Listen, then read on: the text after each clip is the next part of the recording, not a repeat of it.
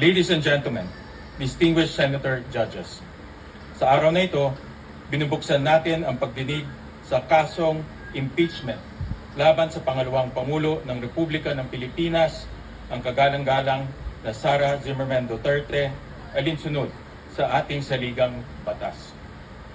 Sa pagtupad natin sa tungkuling ito, malinaw ang panata na ating sinumpaan to do impartial justice according to the Constitution and the laws of the Philippines. Ibig sabihin nito, ang bawat pasya natin ay dapat nakabatay lamang sa saligang batas, sa ating mga batas, sa mga alintuntunin ng hukumang ito at sa mga ebidensyang ihaharap na walang kinikilingan at walang pinapanigan. Impeachment is a constitutional mechanism that holds the highest public officials of the Republic accountable to the people. We cannot achieve accountability, nor can we faithfully serve justice without the truth.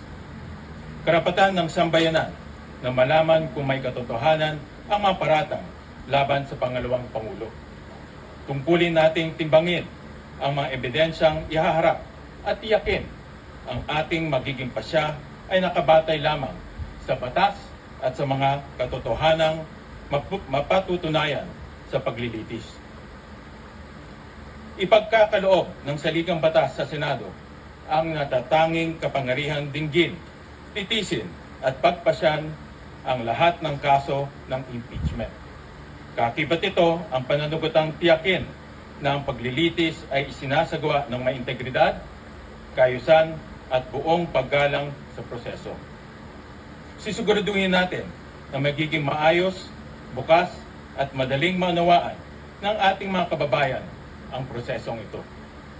Pagkakaluban ang magkabilang panig, ang prosekusyon at ang depensa ng sapat at makatarungang pagkakataon upang magharap ng ebidensya, magsuri at magtanong sa mga testigo at mailahad ng buo ang kani-kanilang mga argumento.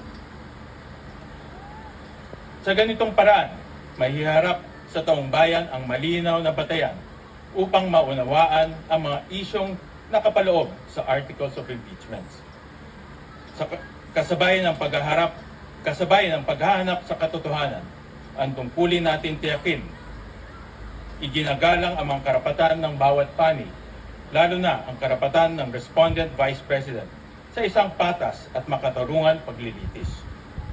Due process and fair play must remain paramount at every stage of this trial. Let us be firm in the search for truth. Let us remain faithful to the rules of this court, the rule of law, and above all, the Constitution. Nakatutok ang buong sambayanan. Bawat kilos, salita, at pagpapasyang ating gagawin ay huhubog sa kasaysayan. At ang kasaysayan ang huling huhusga kung tayo ay kumilos ng tapat at nararapat. Nais kong bigyan ng katiyakan ng lahat, lalo na ang ating mga kababayan. Gagampanan ko ang aking tungkulin ng patas at may katapatan. Magalang kong hinihikayat ang bawat Senator Judge naway ito pa rin natin ang ating tungkulin ng may dangal at pananugatan sa ating konstitusyon upang maging karapat-dapat tayo sa tiwalang ipinagkaloob sa atin ng sambayanang Pilipino. Thank you, distinguished Senator Judges.